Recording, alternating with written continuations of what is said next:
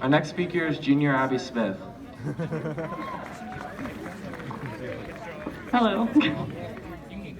Fellow students, we stand here today because we are angry. We stand here today because we are scared.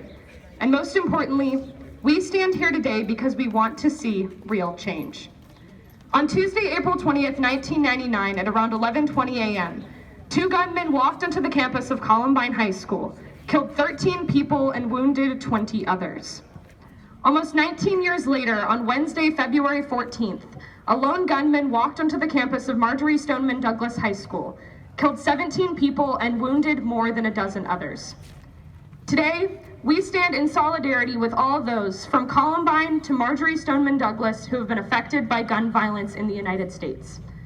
We stand in solidarity to make sure that none of these people died in vain. School safety is a discussion that has no political party and no affiliation. The safety of our students is not a debatable issue.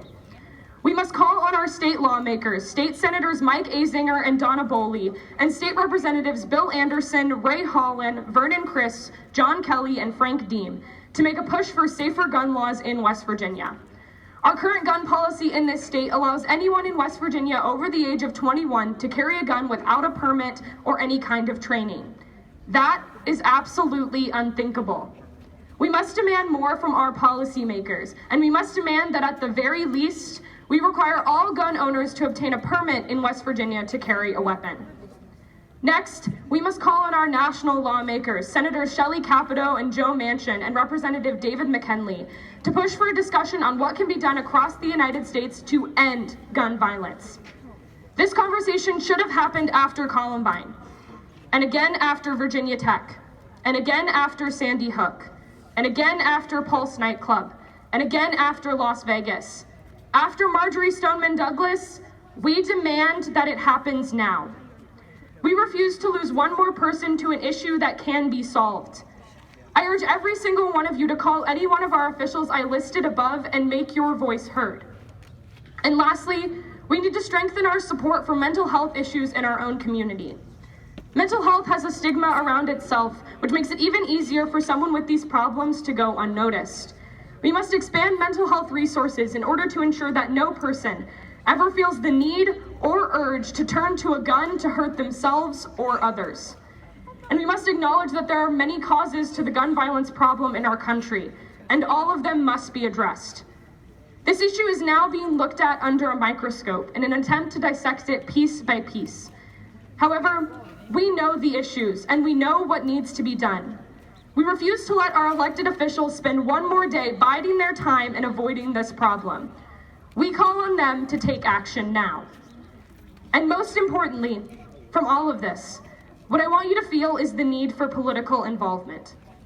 Before this movement began, we looked to our policy leaders and adults for guidance. We have put our trust in them to fix this issue, and they have failed us. Today, the world is looking at us to guide them. We are standing with students from all over the country. Around 6 teenagers started this movement in their basement, and now we've grabbed the attention of the public, and the whole world is watching and waiting to see what we are going to do next. No matter what side of the debate you're on, know that the only way to create change is through activism and voting. By being here today, you've decided that it's time for change.